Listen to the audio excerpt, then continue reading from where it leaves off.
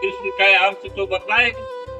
राय अक्षर को सुनते विकल भये जदुवीर, और धाय अक्षर को सुनते दौड़ पड़े बलवीर, यद्यपि है जगदीश।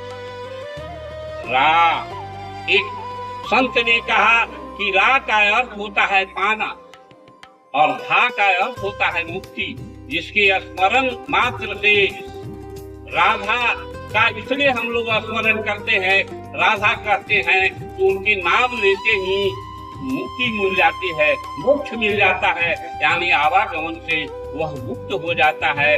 इसलिए हम लोग राधा का नाम ये है।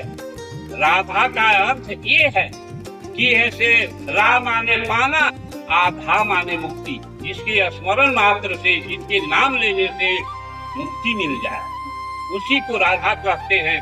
तो रसखान एक मुसलमान कवि हुआ है, वह भी ऐसे भगवान कृष्ण का भक्त हुआ, तो उसने तो यहाँ तक कह दिया, रसखान तो यहाँ तक कह दिया, एक ताज कवि हुआ है, एक जायसी कवि हुए हैं, एक ऐसे मोहम्मद जायसी भी कवि हुए हैं, और भी कवि हुए हैं एक और, लेकिन उन्होंने इसने दो चार शब्द में उन लोगों को मैं आप लोगों के सामने रख रहा हूं।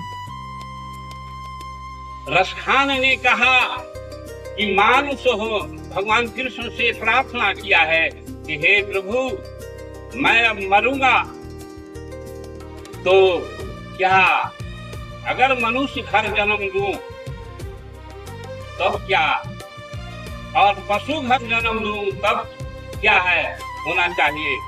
इसलिए सारी बातों को मानुष हो तो बसो ब्रज गोकुल गांव के द्वारा, जहाँ गांव के ब्रज में, गोकुल में जो ब्रज लोग है, वार लोग है, गोप लोग है, उसी के यहाँ मैं रहूं। अगर उससे बढ़िया अगर मैं ऐसे कर्म नहीं किया है, अगर हमको पशु घर ही जन्म देना है तो गाय घर दे दीजिएगा। गाय क्यों? इसलिए कि नंद के गाय मंझार, नंद बाबा के गाय ऐसे भगवान कृष्ण चराए थे, इसलिए हमको गाय घर भी अगर जन्म देना होगा तो ऐसे गाय घर दे दीजिएगा, जिसमें ऐसे भगवान कृष्ण ने स्वयं चराया है। और अगर उसके ऊपर अगर पक्षी घर जन्म हमको दीजिएगा तो जिसने कदम पर ऐसे भगवान कृष्ण ने बांसुरी बजाया था और ऐसे पक्षी को अथी किया था, इसलिए तारे थे या ऐसे सब कुछ किए थे। इसलिए अगर पक्षी अगर हो जो तो कदम के फूल की डाल। अब गोप को एक जाति के अंदर लोग तोड़ देता है, लेकिन गोप कौन और गोपी कौन?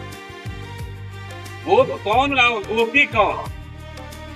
जैसे रामा अवतार ने सब देवी देवता लोग जो है बंदर भाल बन गए, और ऐसे कृष्ण अवतार में सब लोग देवी देवता लोग जो हैं वह बन गए थे गोप गोप। स्वयं राधा,